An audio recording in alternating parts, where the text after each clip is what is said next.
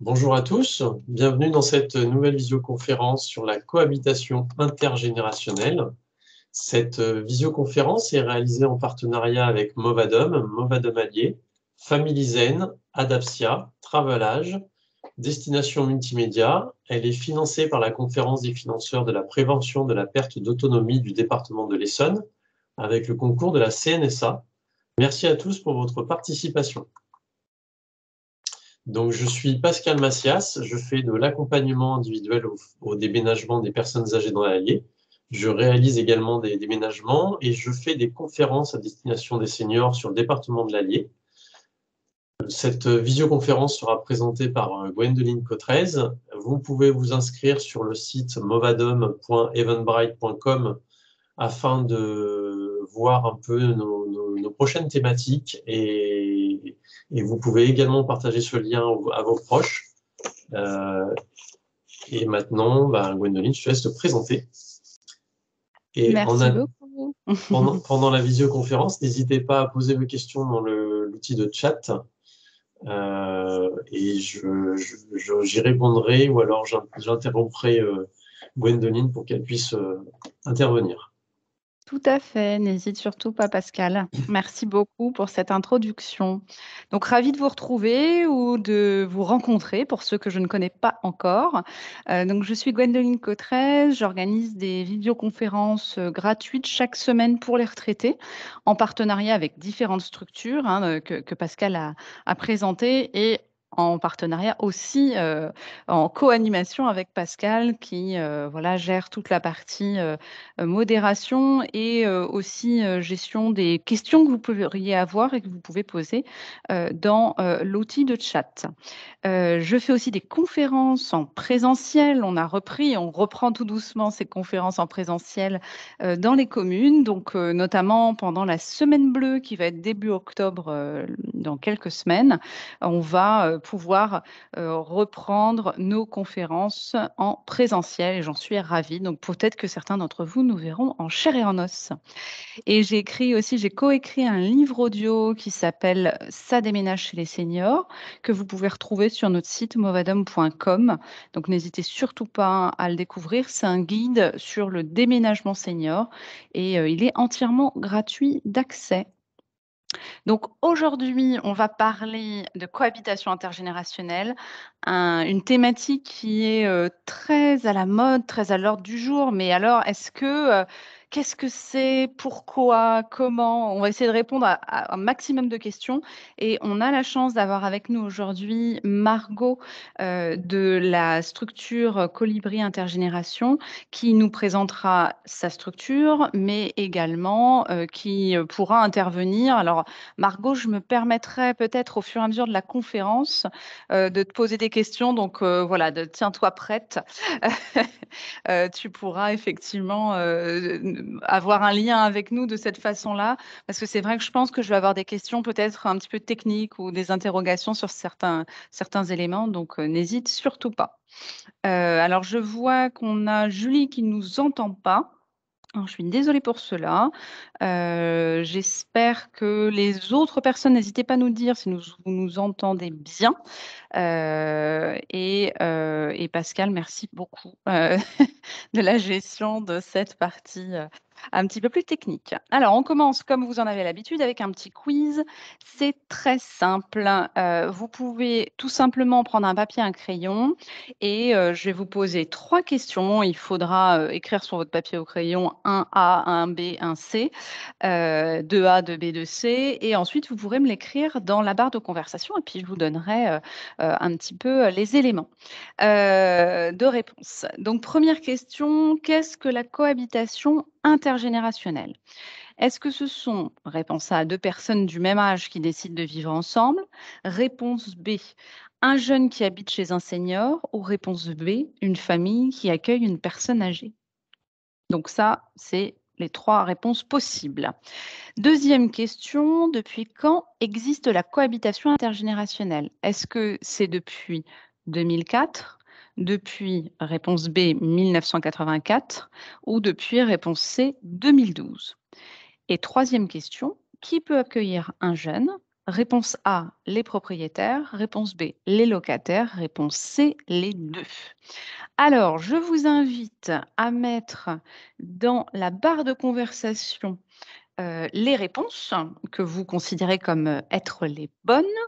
C'est vrai que ça sera chacun qui verra un petit peu, où il en est et je vous donnerai, mes réponses. Mais j'attends quand même que vous mettiez un petit peu de retour parce que je voudrais être sûre que de savoir un petit peu où vous en êtes. Alors, c'est des questions qui sont pour certaines un petit peu plus faciles et puis pour d'autres, où on n'a pas forcément, l'info, où on n'est pas forcément au courant de ces détails. Alors Sandrine, vous nous dites: 1B, 2B et 3C. Alors, pour l'instant, je ne dis rien, je reste, voilà, ça va être, en tout cas, je vous remercie beaucoup pour votre réactivité. Suspense, exactement. C'est exactement ça. Alors, je sais qu'il y a d'autres personnes qui sont en train d'écrire, donc j'attends. Après, des fois, avec, le réseau internet, ça peut mettre un petit peu plus de temps. Alors, Pascal, tu nous dis: «Ah, il y aurait un piège, B, C, A, C». A, B, C, B et 3 les 2. OK. 1B, 2B, 3C. Bah, merci Véronique, Gisèle, c'est merci beaucoup. Alors, je vais vous donner les réponses quand même, hein, le suspense a assez duré. Donc première question, alors là, certains m'ont dit plusieurs réponses. Alors il n'y avait qu'une réponse, c'était la réponse B. La cohabitation intergénérationnelle, c'est un jeune qui habite chez un senior. C'est vraiment ça la définition, enfin, on va donner une définition plus précise, mais c'est la définition d'une cohabitation intergénérationnelle. Donc bravo, à ceux qui ont trouvé. Deuxième question, alors là, un peu plus difficile quand même, hein, je l'avoue. Depuis quand existe la cohabitation intergénérationnelle? C'est depuis 2004, donc finalement, c'est quand même assez récent. Alors, cohabitation intergénérationnelle, au sens où on va l'expliquer aujourd'hui, évidemment, il y a toujours eu, depuis la nuit des temps, des générations qui ont vécu ensemble, hein, là, vraiment, l'idée, c'est, sous un format un peu, organisé, un petit peu, comme on va le voir avec des contrats, des choses comme ça, c'est quand même assez récent. Qui peut accueillir un jeune? Donc ce sont les 2, aussi bien les propriétaires que les locataires et on va le voir même en logement social. Donc c'est vraiment assez vaste, hein, sur les personnes qui peuvent, accueillir un jeune.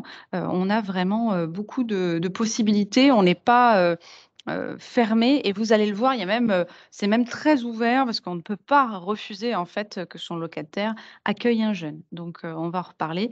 Mais, bravo à tous, merci pour votre participation et puis, j'espère que, voilà, vous êtes, fiers de vous parce que vous avez eu pas mal de bonnes réponses. Alors, on rentre tout de suite dans le vif du sujet. Qu'est-ce que la cohabitation intergénérationnelle? Donc, la cohabitation intergénérationnelle, qu'on appelle aujourd'hui la cohabitation intergénérationnelle solidaire, est un dispositif d'entraide qui permet à un senior qui dispose d'une chambre libre d'accueillir un jeune. Et on va le voir que c'est vraiment un dispositif d'entraide à double fonction. Donc, il y a vraiment du côté du jeune et du côté du senior. C'est pas, enfin vraiment les deux, c'est gagnant-gagnant, on va dire, hein. Chacun, ça apporte à chacun. Donc c'est vraiment cet échange. Donc là, je vous ai fait un petit schéma pour exprimer ça. Pour le jeune, ça va être la possibilité, d'apporter, des petits services, de partager du temps, avec une personne âgée et puis pour le senior, ça va être de pouvoir proposer aux jeunes un logement à loyer modéré et puis aussi de partager son expérience, partager un soutien. Il y a des jeunes qui, ont tout juste 18 ans, font leurs études. Alors là, je vais parler pour la région parisienne, viennent de province et vont en région parisienne et sont un petit peu perdus parce qu'ils se retrouvent tout seuls, ils ont toujours vécu en famille et d'avoir une personne de confiance qui a un peu un rôle de grand-père, grand-mère, oncle, tante, enfin en tout cas une personne, de confiance, c'est vraiment quelque chose de très important et c'est un vrai échange et des 2 côtés, hein. La cohabitation intergénérationnelle, alors la cohabitation avec des proches, j'ai trouvé cette étude qui a été, donc qui vient de l'INSEE, hein, cette étude, qui est très intéressante. Je vous mettrai à la fin les sources, des liens que vous pourrez retrouver, avec, tous les éléments chiffrés, sur cette cohabitation et sur les chiffres que j'ai trouvés pour aller un petit peu plus loin. Donc sur la cohabitation, il faut savoir que c'est quelque chose qui était quand même assez courant. On a, je pense, tous eu, peut-être même vous-même, hein, vous avez vécu enfance avec, un grand-parent, vos grands-parents même peut-être et c'était vraiment ce lien, qui sera possible. Alors, je réponds, à la MDA de Rueil-Malmaison. Vous pourrez retrouver la conférence en replay sur YouTube. Je pense que Pascal va vous dire la même chose. Merci Pascal.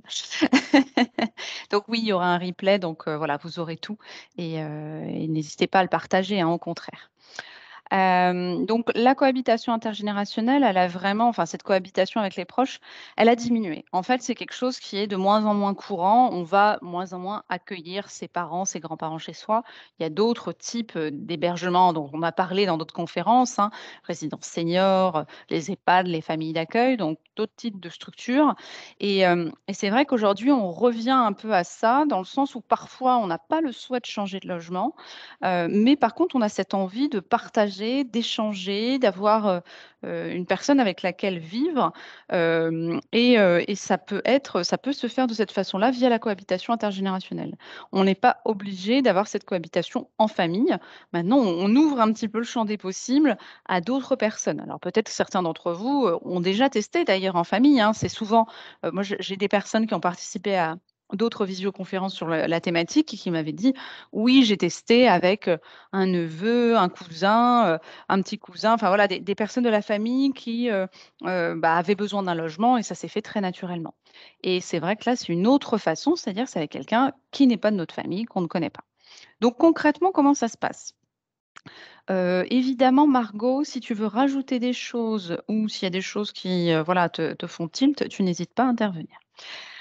Concrètement, c'est une chambre individuelle qui est mise à disposition du jeune. Une chambre individuelle, donc ça veut dire que, le jeune ne peut pas dormir dans le salon sur le canapé-lit, hein. C'est vraiment une chambre personnelle, 9 m² minimum, attention. Ça doit être quand même une pièce, qui soit, relativement confortable pour pouvoir permettre aux jeunes, bah, évidemment de dormir confortablement, mais aussi, de pouvoir étudier. Donc on a cet aspect où il faut un lit, un bureau avec une chaise, ça c'est le minimum et puis une petite armoire. Donc, autre élément, qui est important, c'est qu'il va falloir aussi faire, du tri et faire de la place dans cette pièce. Peut-être qu'aujourd'hui vous avez une pièce de libre, mais qui est un espèce de débarras rempli d'affaires. Donc je vous renvoie à nos visioconférences sur le tri bien sûr, mais c'est vrai que cet aspect chambre individuelle est indispensable pour pouvoir proposer cette cohabitation intergénérationnelle. Il y a l'accès libre, pardon, aux espaces partagés. Donc la cuisine, la salle de bain et c'est là où ça peut souvent être un petit peu, un moment de friction, enfin des thématiques de friction.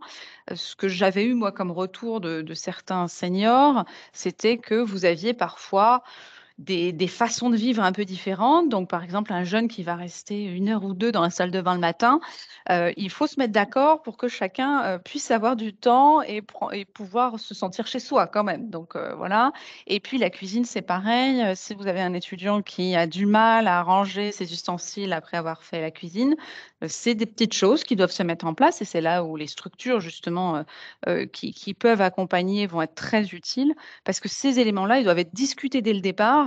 Ça peut être même mis dans le contrat, hein. C'est des choses qui doivent être discutées. Tous les points qui peuvent être un petit peu, compliqués, et notamment le partage de ces pièces-là, ça peut être délicat. Ensuite, il y a une contribution financière qui doit rester modeste. On ne peut pas demander à un jeune de payer un loyer classique comme si vous le mettiez, voilà, sur, Se Loger ou Le Bon Coin, votre une chambre dans votre appartement ou Airbnb si vous louez à des personnes, des touristes. C'est pas du tout le but. L'idée, c'est quand même que alors ça peut effectivement faire un complément de retraite, vous permettre d'avoir un petit peu de sous, mais que ça soit quelque chose de modeste pour que même un étudiant qui a peu de ressources puisse se loger. C'est ça l'idée de départ, hein, c'est que les étudiants, alors en région parisienne, c'est encore plus vrai, mais c'est le cas beaucoup dans les villes étudiantes, n'arrivent pas à trouver de logement. Et donc, il y a vraiment cette idée de proposer des logements plus accessibles financièrement et qui en plus permettent plein de belles autres choses. N'hésitez pas tous, si vous avez des questions ou des témoignages, à contribuer, hein, dans la barre de conversation et on ouvrira vos micros à la fin, hein, donc pas d'inquiétude aussi, vous pourrez, témoigner, partager pour ceux qui ne sont pas à l'aise avec le la barre de conversation. Gwendoline, si je peux me permettre, du coup, Oui, je voulais juste intervenir effectivement sur la bien sûr. contribution financière qui doit rester modeste. J'aimerais juste en fait, ajouter un petit élément, c'est qu'elle est effectivement modeste puisque la cohabitation intergénérationnelle implique aussi la possibilité d'avoir accès à des menus services, c'est-à-dire se mettre d'accord sur des petits services qui sont rendus au quotidien entre la personne du coup retraitée et l'étudiant. Et ça peut donc du coup effectivement être aussi des partages de repas. Par exemple, on parlait des espaces partagés, cuisine, salle de bain. La cuisine est partagée, mais aussi ça peut être un moment autour de la table.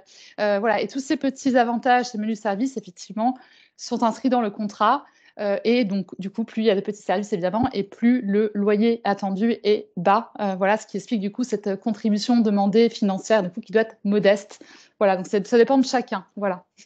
Très bien, super, bah, parfait. Merci beaucoup. N'hésite surtout pas, hein, à Mm. intervenir.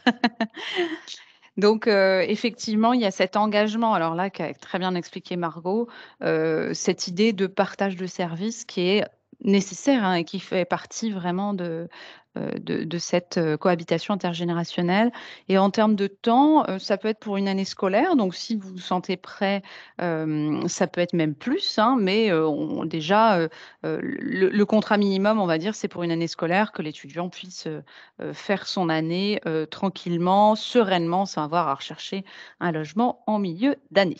Alors, Gwendoline, je veux aussi intervenir sur ça, effectivement, Oui. puisque non, la cohabitation intergénérationnelle peut être de courte ou de longue durée. Ah bah alors! Voilà, en tout cas, ça a effectivement peut-être évolué récemment, mais en tout Mmh. cas, ce qui se passe, c'est qu'effectivement, la personne retraitée et l'étudiant se mettent d'accord sur une durée préalable. C'est-à-dire qu'un contrat qui peut être de 3 mois, comme il peut être de 2 semaines, hein, chez Colibri Ah Intergénération. oui, très bien.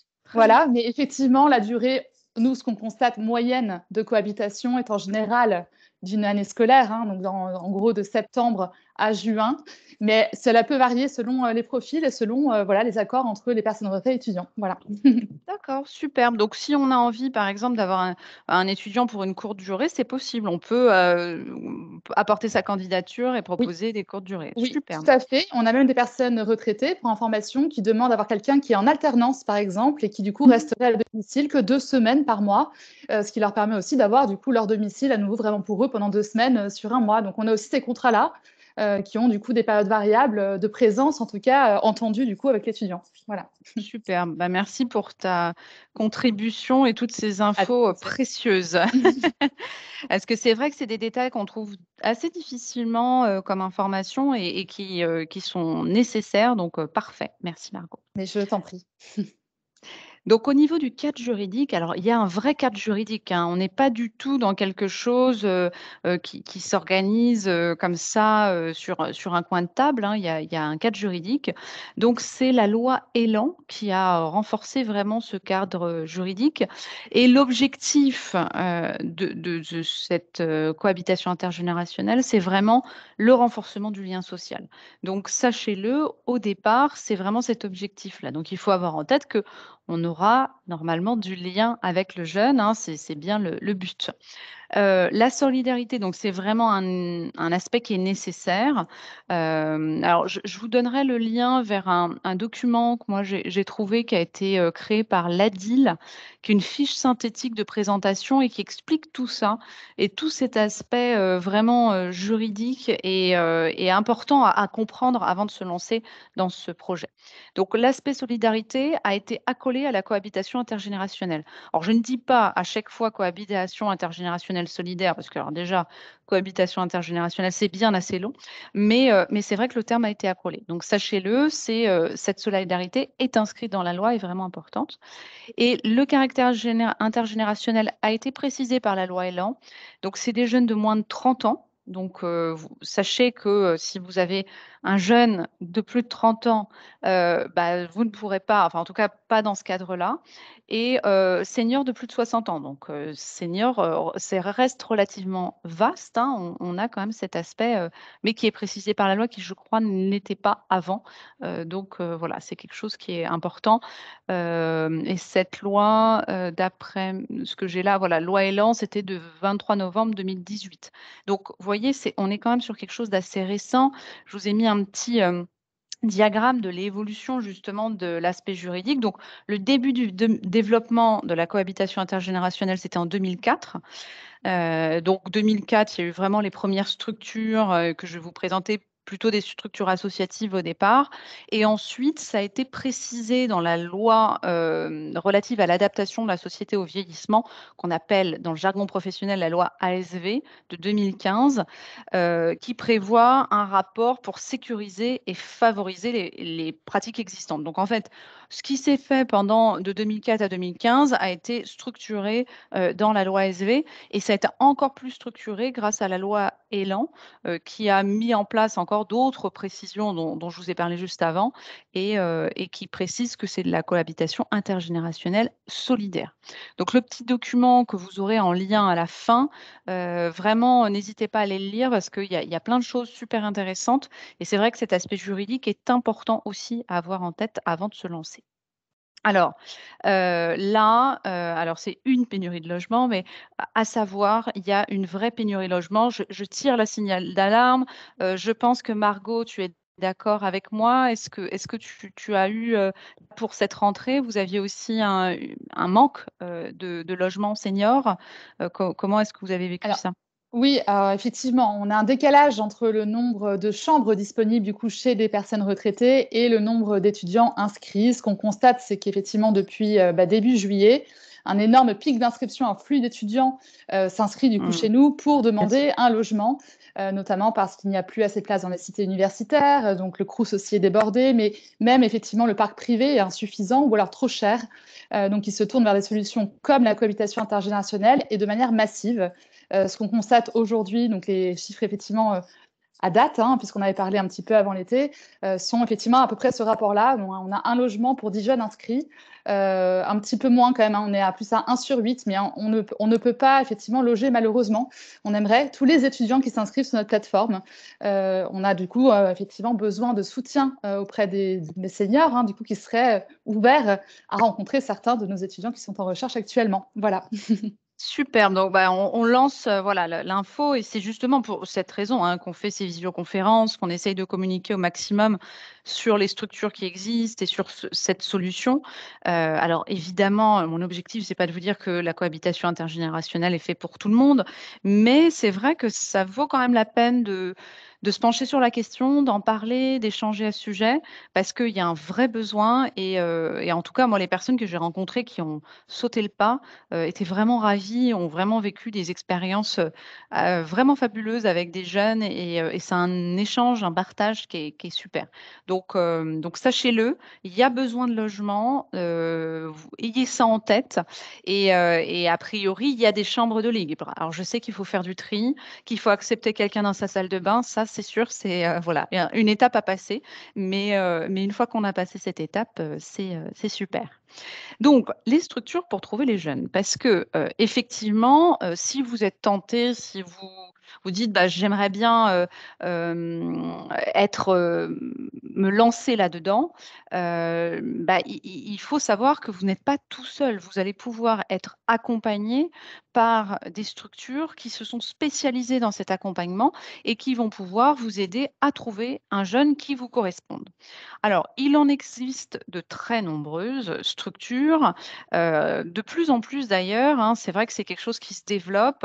Au départ, on avait plutôt des associations, donc celle que moi je connais depuis le début, c'est la structure Ensemble de Génération. On a aussi Cohabilis, qui est un regroupement de plusieurs structures. On a évidemment des structures, alors comme le Paris Solidaire qui fait partie du groupe SOS, WeShare, WeCare qui est là. organisé par l'assurance retraite et qui est plutôt dédié pour les seniors qui souhaitent accueillir des étudiants étrangers, donc d'Europe. Donc des étudiants en Erasmus, donc c'est très sympa aussi, on peut parler d'autres langues, donc ça peut être agréable. Et puis après, vous avez des structures plutôt type start-up comme Colette, Omise et Colibri Intergénération. Et donc, on a la chance d'avoir aujourd'hui avec nous Margot de Colibri.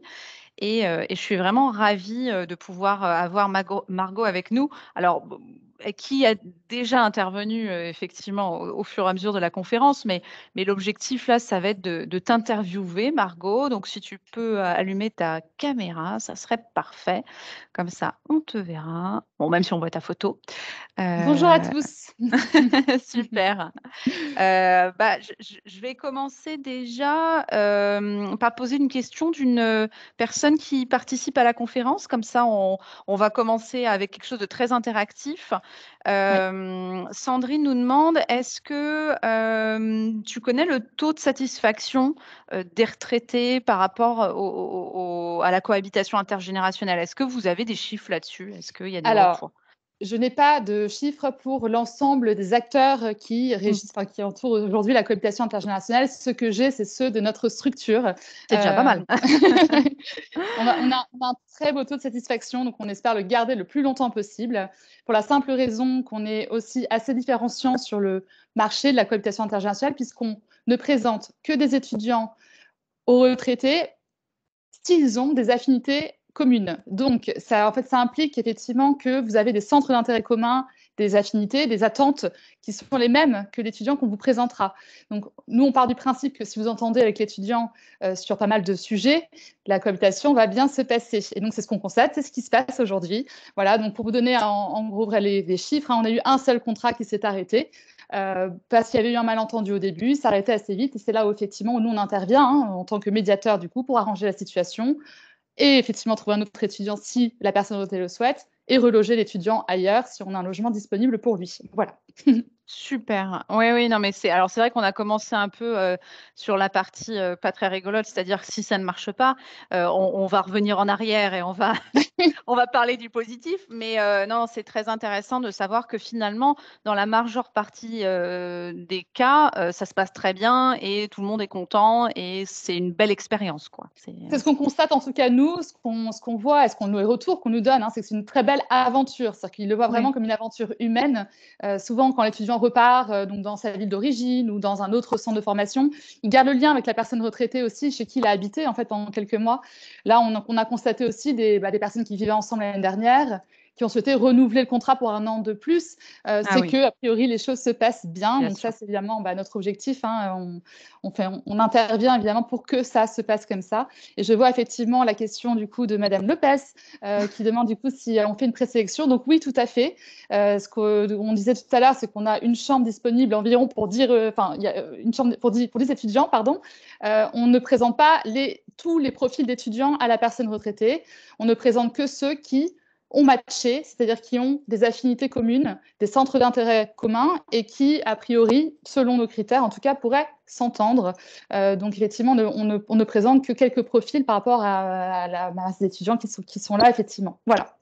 D'accord. Donc concrètement, est-ce que tu pourrais nous expliquer comment ça se passe si, par exemple, là, dans cette conférence ou les personnes qui regarderont en replay, s'il y a des personnes qui souhaitent accueillir un étudiant, comment est-ce qu'on fait? Alors, la première chose, c'est s'inscrire sur colibri.fr. Donc, on est un site internet. On est le premier site internet dédié à la cohabitation intergénérationnelle. Ça fait 2 ans qu'on s'est lancé, en 2019. Donc, la première chose, c'est s'inscrire sur colibri.fr. Vous allez remplir du coup un questionnaire qui va nous permettre de mieux vous connaître. On va vous poser des questions comme quel est le temps de présence que vous souhaiteriez avoir, quels sont vos goûts musicaux, quels sont vos goûts culinaires. Vraiment, l'idée, c'est mieux vous connaître pour vous présenter du coup ces profils étudiants qui pourraient matcher avec vous. Une fois que vous êtes inscrit, c'est à nous de jouer. C'est nous qui vous présentons du coup ces étudiants avec qui vous allez du coup échanger une fois qu'on aura validé les profils. Donc, on va vous mettre en relation avec 1, 2, 3 étudiants selon vos envies. Vous allez échanger avec eux et une fois que vous êtes rencontrés, que vous avez validé votre projet de cohabitation intergénérationnelle, vous revenez vers nous et c'est là où on met en place le contrat de cohabitation intergénérationnelle solidaire qui va faire le récapitulatif du coup, de l'ensemble des choses que vous avez convenues ensemble, comme par exemple, du coup, partager des repas ensemble, partager des balades, contribuer à des petites courses du quotidien, aller chercher une baguette de temps en temps, le retour pour les vacances scolaires ou pas, qui va mettre en fait les règles comme un règlement intérieur en fait entre vous deux, qui va du coup régir votre contrat de cohabitation intergénérationnelle. Voilà. Superbe. Donc effectivement, vous êtes vraiment, au départ sur, cet aspect de présélection et de travailler ensemble sur, finalement quel serait le meilleur étudiant avec lequel je pourrais m'entendre.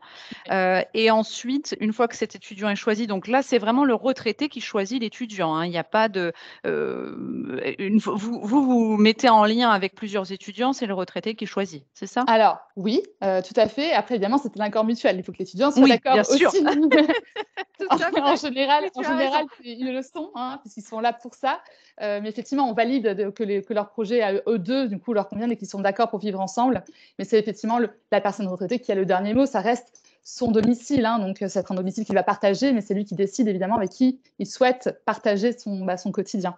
Donc ça, évidemment. Et effectivement, c'est un point important aussi, c'est qu'on ne s'arrête pas juste à la signature du contrat, parce que je pense qu'on va le souligner aussi là, c'est qu'une fois que la personne retraitée vit avec l'étudiant, on est quand même derrière le binôme, hein, c'est-à-dire qu'on accompagne la relation dans le temps. C'est-à-dire que s'il y a le moindre problème ou s'il y a un besoin d'informations complémentaires, évidemment, on reste en soutien tout au long du contrat.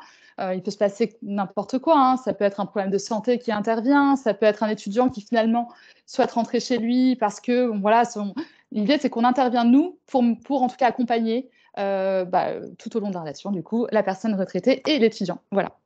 D'accord, et ça se fait alors j'imagine que c'est beaucoup par téléphone, par, la plateforme? Comment vous fonctionnez en termes, logistiques un petit peu, Alors effectivement, on est on est joignable par téléphone, hein, évidemment, de manière très, très réactive. Ça nous arrive aussi de nous déplacer, bien sûr, quand ça nécessite en tout cas une intervention humaine, puis c'est sympathique aussi de se rencontrer. Mais effectivement, on est surtout du coup par téléphone, physique un petit peu moins, et digital, c'est-à-dire qu'on a aussi un chat sur le site internet qui permet d'écrire en quelques lignes, échanger avec nos équipes, voilà. Et puis bon, effectivement, pour la personne du coup retraitée inscrite, elle a un conseiller dédié aussi avec qui elle peut échanger, parler, poser ses questions, et qui restera là tout au long de la relation. Donc c'est vraiment quelque chose qu'on fait ensemble. On est là en tant qu'intermédiaire voilà, tiers de confiance. Nous sommes un vrai tiers de confiance. Voilà. Oui, c'est ça, oui, oui. Même ça peut aller jusqu'à, une genre de médiation si jamais il y a une problématique, Bien sûr, bien ouais, sûr, ouais, ouais. bien sûr. Oui, donc vraiment tout au long du projet, c'est super et c'est important, je pense vraiment d'être accompagné. Alors là, aujourd'hui, on parle de Colibri, mais je veux pas mettre, voilà, de côté les autres structures, hein. Il y a d'autres structures qui existent. Bien sûr. Mais c'est vrai que de faire appel à une structure, comme la tienne est vraiment quelque chose d'important parce que sinon d'être seul face à cette recherche, c'est pas évident. Enfin, je pense que voilà, Je pense qu'il y a deux choses, effectivement, c'est le fait d'être accompagné. C'est quand même rassurant d'avoir quelqu'un avec qui échanger, qui ne soit pas forcément l'étudiant, mais quelqu'un d'autre qui puisse avoir un regard objectif aussi sur les choses, la façon dont le déroulement de la mise en relation se passe. Et un deuxième point qui est important, c'est le contrat. Le contrat, donc c'est effectivement, on parlait de la loi Elan, en l'occurrence, nous, on la respecte à la lettre près, c'est-à-dire que c'est un contrat du coup, qui s'appelle la charte de cohabitation intergénérationnelle et solidaire qui est signé par la personne retraitée et l'étudiant, et par nous, qui protège en fait la personne retraitée tout au long de la relation aussi. C'est-à-dire que s'il y a un manquement au contrat, la cohabitation intergénérationnelle s'arrête évidemment au souhait de la personne retraitée. C'est important du coup ce contrat puisqu'il est déjà il permet pas mal de choses au niveau financier, légal, voilà, mais il est surtout protecteur. Donc et on n'est effectivement pas les seuls à suivre cette charte à la lettre près. Certains acteurs le font un petit peu moins. Donc je vous invite à être vigilants par rapport aux contrats qui peuvent circuler. C'est le contrat du coup la charte CIS, cohabitation intergénérationnelle et solidaire, qui est important de signer pour voilà, encadrer cette relation. Oui. Super. Oui, mais on Une mettra question des liens. intéressante de Sandrine. Le point d'entrée chez vous, c'est le senior qui vient vous voir ou c'est la famille du senior justement qui va proposer son logement? On a les deux. On a les deux. On a des personnes retraitées qui sont autonomes, qui sont digitales et qui viennent s'inscrire par elles-mêmes parce qu'ils ont entendu parler de nous de diverses façons. Mais ça arrive effectivement aussi que ce soit des proches. De temps en temps, c'est les enfants des personnes retraitées ou ça peut être aussi un ami. On a un couple d'amis qui a inscrit un autre couple d'amis sur la plateforme, enfin voilà, qui qui souhaitaient les accompagner, les aider sur cette démarche. Donc effectivement, on a un parcours, ce que nous on appelle un parcours aidant, qui du coup permet de mettre en place le contrat, évidemment avec l'aval de la personne qui détient le domicile, donc propriétaire ou locataire, mais qui habitera avec la personne. Mais oui, on a des aidants qui sont là, avec qui on échange aussi et qui permettent aussi de faciliter du coup tout le déroulement jusqu'à ce que l'étudiant soit choisi et vive avec la personne retraitée. Super. Merci Pascal et merci, c'est Sandrine qui posait cette question et qui est très dynamique. C'est vrai que c'est top. Alors, Véronique nous pose une autre question. Pour tout ce qui est assurance du logement et responsabilité civile, comment ça se passe sur ces aspects-là? Alors, effectivement, la vocation de Colibri était également de faciliter toute la démarche administrative, que ce soit effectivement du côté de l'étudiant ou du côté de la personne retraitée. Donc, un point important aussi que je n'ai pas encore dit, c'est que chez Colibri Intergénération, tout est gratuit jusqu'à la signature du contrat. L'unique frais qui est lié du coup à tout le déroulement que je vous ai cité, c'est 15 € à la signature du contrat, donc quand vous avez choisi l'étudiant qui va habiter avec vous. Donc ça, c'est important. Une fois que ces 15 € sont signés, ça nous permet effectivement de déclencher les différents papiers, les différentes démarches administratives qui sont liées au fait de recevoir un étudiant chez soi. Et notamment, effectivement, vous préparez une lettre à fournir à votre assurance qui permettra du coup de signifier à votre assurance qu'un étudiant vit avec vous, ce qui est obligatoire. Mais sinon, tous les papiers sont créés par nous et fournis par nos soins. Idem pour l'étudiant, c'est-à-dire qu'on l'accompagne, le contrat est éligible par exemple aux APL, donc on l'accompagne aussi sur sa démarche de demande qui permet aussi de l'aider pour payer le loyer du coup. Donc, il y a ça, il y a autre chose, c'est l'assurance habitation du coup qui est également comprise, donc qui est obligatoire pour l'étudiant, une assurance habitation obligatoire qui est prise en charge aussi par nous. Toute la démarche est faite par nos soins pour que justement tout le monde soit rassuré sur le fait que la cohabitation peut démarrer sereinement. Voilà. Bien sûr. Oui, cet aspect assurance, c'est vrai que ça change quand même pas mal de choses. Il y a une personne de plus dans le logement, donc chacun est assuré. Donc le senior, vous gérez d'envoyer le courrier, il y a une assurance effectivement. Et côté jeune, il y a aussi une assurance de son côté. Donc là, on est vraiment super couvert. OK, top. C'est vrai que cet accompagnement par Colibri sur l'aspect administratif, je pense que c'est un aspect aussi très intéressant parce qu'on n'a pas toujours en tête tout ce qu'il faut faire et le fait que vous accompagnez, c'est top. Donc tu nous as parlé rapidement du coût, mais on va peut-être rentrer un petit peu dans le détail. Combien ça coûte pour un retraité et puis combien est-ce que on peut espérer avoir comme revenu grâce à la venue d'un étudiant, parce que c'est quand même un aspect qui, même si c'est pas, on l'a vu, l'aspect essentiel, parce que l'essentiel, c'est vraiment cette solidarité, ce partage, mais qui est quand même un aspect important. Oui. Alors, effectivement, le mot solidaire est important dans le contrat, du coup, la charte de cohabitation intergénérationnelle et solidaire. C'est-à-dire qu'on parle quand même d'un montant qu'on va estimer relativement bas par rapport au parc classique étudiant qu'on trouve aujourd'hui sur le marché. L'idée étant, du coup, d'avoir aussi quelques services rendus par l'étudiant, du temps de présence qui est octroyé à la personne retraitée. La moyenne nationale des, du coup, loyers en cohabitation intergénérationnelle et solidaire est de 300 €. À l'exception de Paris, qui est où c'est un peu plus élevé parce que c'est une zone très tendue et où les loyers sont très chers. Donc, la moyenne est de 450 €. Voilà. Mais on reste effectivement beaucoup plus bas que les loyers habituels que les étudiants doivent payer. Donc, c'est aussi effectivement les aider, les accompagner, se loger en plus de manière plus confortable. Ils sont ravis d'avoir un espace à partager avec une personne qui a effectivement plus d'espace que ce qu'ils ont l'habitude d'avoir. Donc, en général, ça se passe très bien de leur côté. Ils sont toujours très contents. Voilà. Mais effectivement, pour le coup, pour à peu près la compensation financière que vous pouvez demander, voilà, moi, je préfère me baser sur la moyenne. Après, évidemment, ça dépendra vraiment de chacun. On a certains seniors qui me disent moi, je ne veux rien. Oui, ça peut être aussi, bien sûr. Oui. Voilà, donc, et on a ceux qui demandent un petit peu plus. Alors, sachez aussi que nous, on a un petit coût supplémentaire qui est mis sur l'étudiant, en l'occurrence pour couvrir les frais de service, mais également l'assurance habitation qui est obligatoire, donc qui est à un minimum de 40 € et qui peut être variable selon les zones. Donc, le maximum étant de 100 €, mais ça, c'est effectivement à chaque personne qu'on explique tout ça individuellement pour bien expliquer ce que l'étudiant devra payer. Et tout ça, évidemment, très transparent et noté sur le contrat, sur ce qui revient à la personne retraitée et à Colibri. Voilà. Oui, c'est ça. C'est que Mmh. vous avez une partie de du loyer qui est effectivement de l'étudiant qui va être pour vos services, et puis une partie qui sera reversée au senior. Oui, alors on détermine d'abord effectivement quelle est la contrepartie financière que le senior souhaite. D'accord. Et ensuite, on ajoute effectivement nos frais et notamment l'assurance habitation obligatoire. Donc, on annonce à l'étudiant le montant qui aura été déterminé en toute charge comprise, disons Voilà, c'est ainsi. transparent Voilà, complètement. Ouais, tout ouais. à fait. Ouais. Très bien. Alors, Sandrine récapitule, mais vous êtes parfaite. 15 € pour le senior, c'est bien ça, hein, comme frais, et à peu près entre 40 et 100 € pour le jeune. Est-ce que pour les seniors, c'est 15 € en une fois ou c'est 15 € tous les mois de frais 15 € en une fois, c'est un frais fixe, c'est vraiment à la signature du contrat. Et c'est D'accord. le seul frais qui sera du coup demandé à la personne retraitée du coup qui accueille un étudiant chez lui.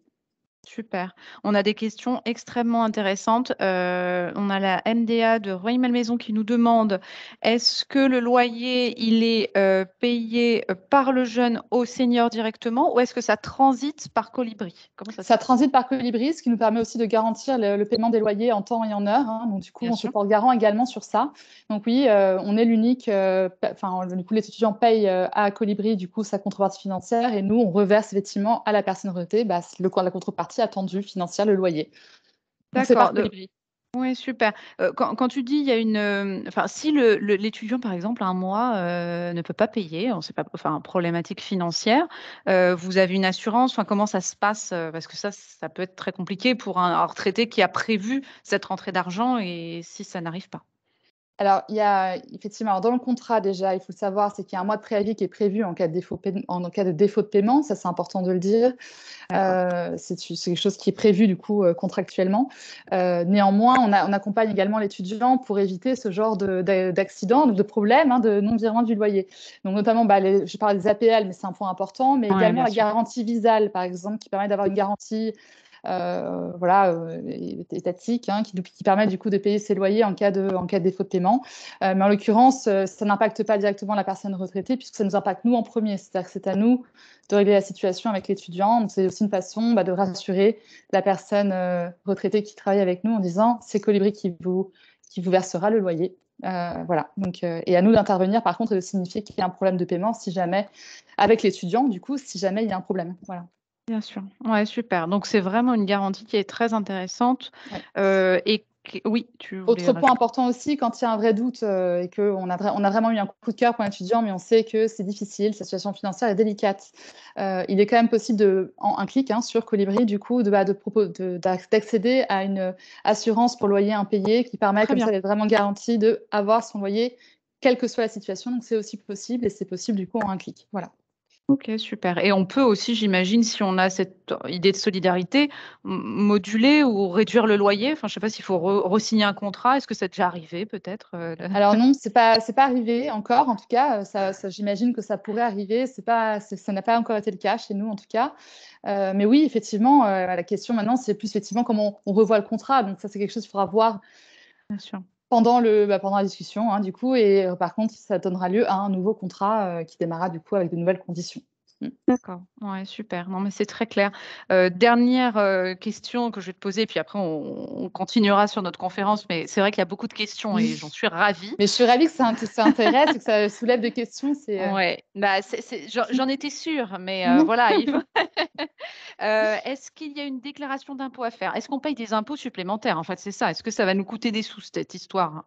Alors, on peut être exonéré d'impôts sur ces loyers-là, mais jusqu'à un certain plafond. Ah, C'est-à-dire que pour accéder du coup à cette exonération d'impôt qui est prévue du coup par la loi Elan notamment et qui encadre tout cela, mhm. il ne faut pas déplacer un certain montant puisque c'est censé être un loyer dit solidaire. Donc, en l'occurrence, il faut attention au montant du loyer demandé. Donc ça, Oui, effectivement, on vous explique aussi individuellement quel est le montant que vous pouvez demander, parce que ça dépend de la surface que vous avez à disposition, la surface de la chambre notamment que vous allez louer.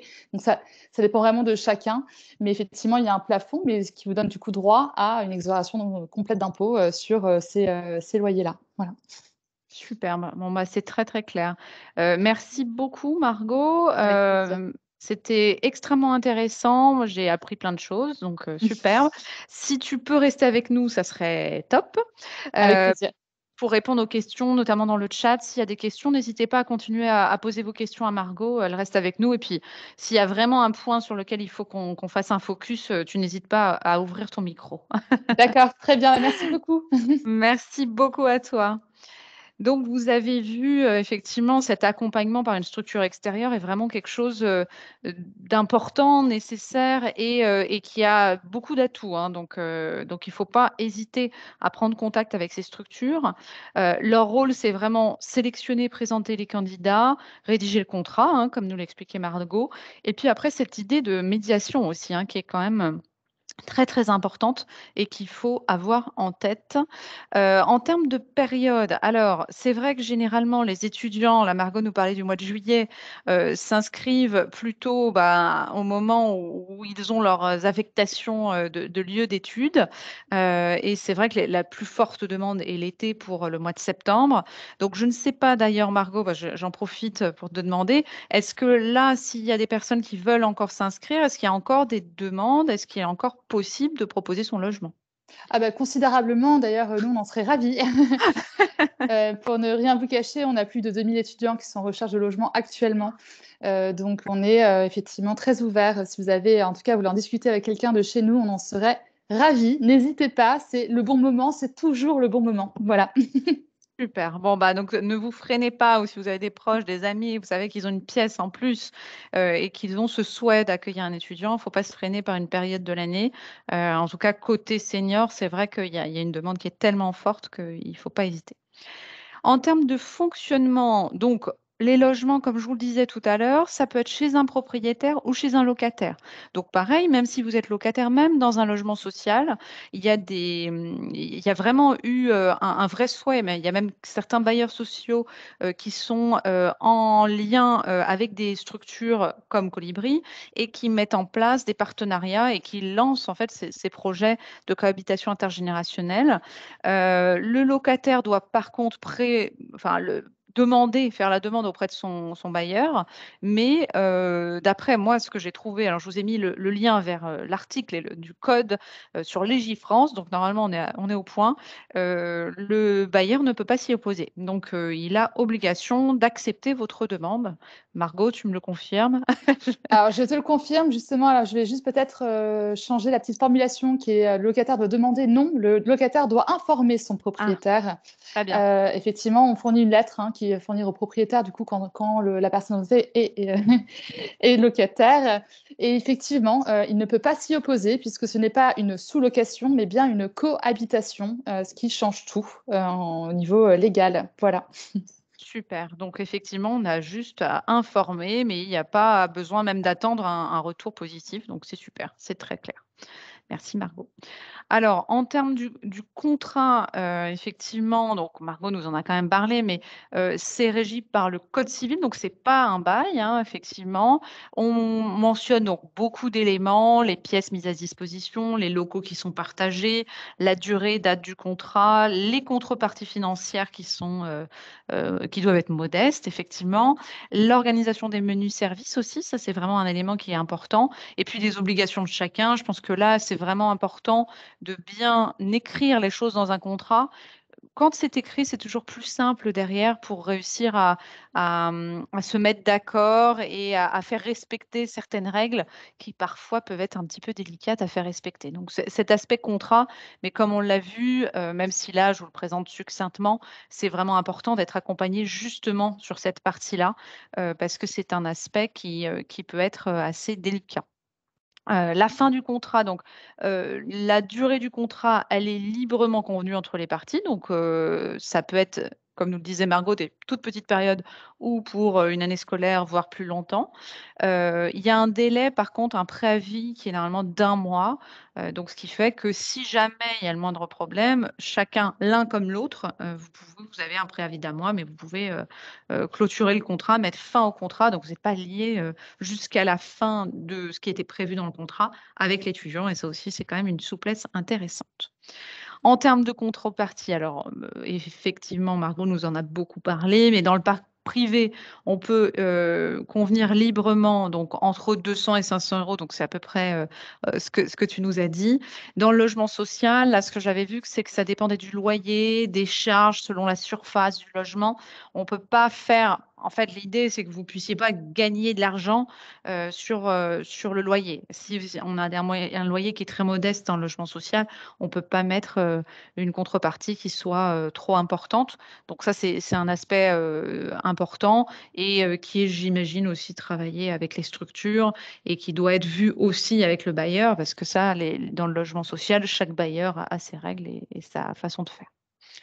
Sur les menus services, donc ça peut être plein de choses. Alors, c'est vraiment à la carte, hein.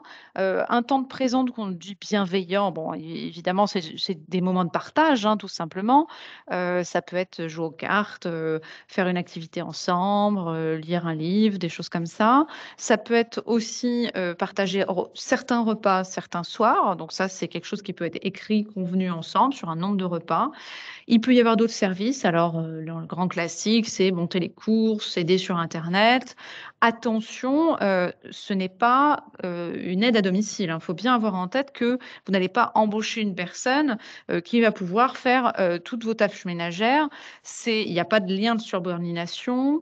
Ça ne peut pas être une prestation fournie par un prestataire. Vous ne pouvez pas du tout dire à votre étudiant, bah voilà, chaque jour, le ménage doit être fait, les courses doivent être faites, donc, on n'est pas du tout dans cet état d'esprit. C'est des menus services, des petites choses, mais ça ne remplacera pas, si vous êtes par exemple aidant, l'aide à domicile de votre maman ou de votre papa, hein. C'est vraiment quelque chose de très différent.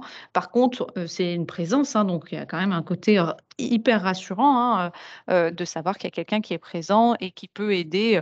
Alors, sur Internet, ça peut être super, hein. Les jeunes sont très, très à l'aise sur les outils numériques, donc ça peut être une façon comme ça de se rendre service. Le cadre fiscal, donc on en a un petit peu parlé. Il y a une exonération d'impôt sur le revenu pour cette location. Alors attention si c'est votre résidence principale. A priori, si c'est votre résidence secondaire, ce n'est pas le cas. Bon, voilà, à savoir, c'est un petit détail, mais c'est vrai que on trouve tous ces éléments, hein, sur les sites service-public. C'est vraiment bien détaillé. Il faut aussi que le prix de la location soit raisonnable. Donc, c'est ce que nous expliquait Margot, hein. Ça dépend de la région et c'est au nombre de mètres carrés. Donc, sachez-le, si vous souhaitez mettre au-delà de ce montant, eh bien malheureusement, en tout cas, il y aura des impôts. Donc attention, et c'est quelque chose à réfléchir aussi en amont quand vous fixez votre loyer. Donc pour se lancer, comment on fait? S'il y en a certains qui sont motivés, qui se disent: «Ah bah, c'est pour moi, c'est bon, j'ai envie d'accueillir un jeune chez moi et de me lancer dans la cohabitation intergénérationnelle solidaire».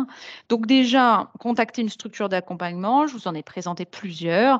On a en plus, une de ces structures avec nous aujourd'hui, donc vous avez un petit peu compris, j'imagine, l'intérêt qu'il y a de passer par ces structures. Il faut ensuite faire de la place dans son logement, hein. Voilà, l'étudiant, c'est important qu'il puisse se sentir dans sa chambre, vraiment chez lui, hein, donc qu'il puisse mettre, voilà, peut-être des petits posters, des petites choses comme ça et donc que ça soit pas trop encombré. Il va falloir rencontrer des futurs candidats, hein. Là, ça va être un recrutement, hein, donc préparez-vous à ces rencontres.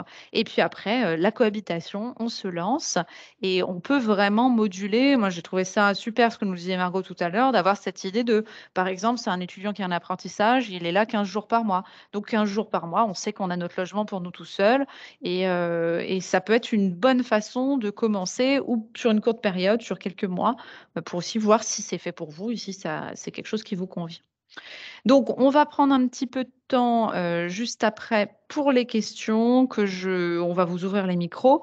Au niveau des sources et références, je vous ai mis certains sites. Alors, il y a notamment le site de l'ANIL qui est très bien fait, où il y a un document que je vous conseille. Vous pouvez, si vous cliquez dessus, vous pourrez télécharger le document, mais également Cohabilis, Dossier familial et Sweet Home. C'est des sites qui explique beaucoup de choses sur la cohabitation intergénérationnelle et que j'ai, moi, de mon côté, utilisé pour cette visioconférence. Donc, je vais laisser Pascal reprendre la main. Je vous remercie à tous pour votre participation et puis, je reste avec vous de toute façon, pour qu'on puisse partager des questions après. Merci Gwendoline et merci à Margot pour son intervention et la réponse aux questions. On va la retrouver dans quelques instants. Je vous invite à remplir le questionnaire de satisfaction en cliquant sur le lien bleu « Cliquez ici ». Ce questionnaire de satisfaction est important pour nous pour avoir déjà votre ressenti sur cette visioconférence et puis également pour faire un retour à nos financeurs. Et vous avez une partie où vous pouvez proposer des idées de visioconférences futures. Donc, n'hésitez pas à le remplir. Je vous rappelle le nouveau projet de Gwendoline, son livre audio avec Isabelle Palassin, qui parle du déménagement chez les seniors. Il est disponible sur le site movadom.com/livre. Il est chapitré et très instructif. Vous pouvez également le partager avec vos proches. On se retrouve demain à 10h30 pour le tri des documents de santé. Vous pouvez vous inscrire pour cette visioconférence sur le site movadom.eventbrite.com.